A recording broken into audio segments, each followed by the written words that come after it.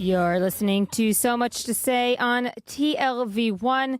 The elections in Turkey were eyed very closely, both locally, regionally, and even internationally, and the results are being dubbed as Erdogan's revenge. Although what may have seemed like a dip in his approval ratings due to a series of scandals and an overall sink in his popularity, Erdogan's Islamist-rooted party got a hefty vote of confidence from the Turkish constituents. With me to speak about it is Aylin Kocaman, a Turkish political analyst. You're joining me from Turkey. Hi, Aylin. Hi, how are you? I'm good. So a pretty surprise move there by Erdogan. His approval ratings were down. He wasn't doing very well in his PR, banning Twitter, banning YouTube, and suddenly the voters vote otherwise. Actually, this is not surprising, his leadership, because we need to consider the situation in a great perspective. Turkish people are, in general, religious people, and they have always searched for a righteous party.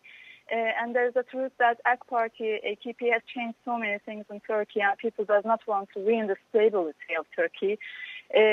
Turkish people have been through so many things in the past, especially the religious people were oppressed in the name of democracy.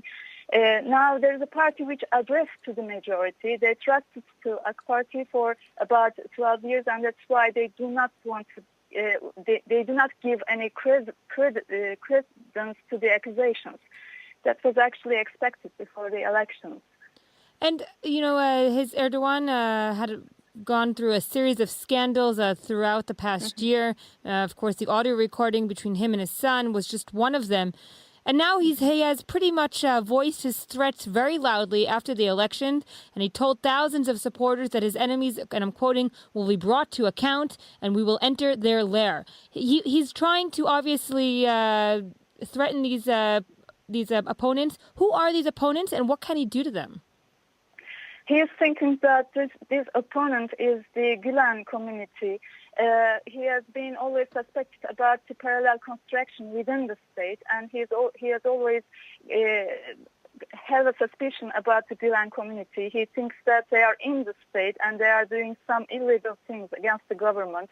They have been doing all those tape recordings and all those accusations and smear campaigns, and that's why he is addressing him. But what kind of revenge will he be seeking against these opponents?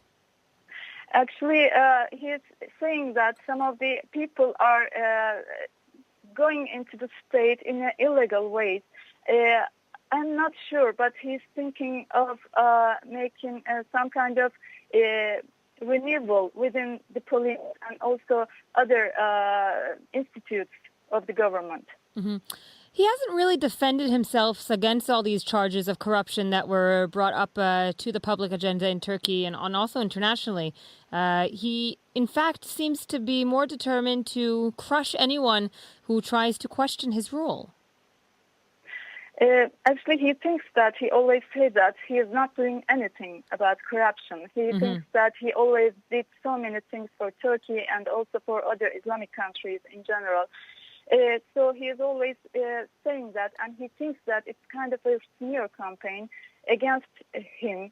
He always say that, but he also always say that he's always be the follower of any kind of corruption.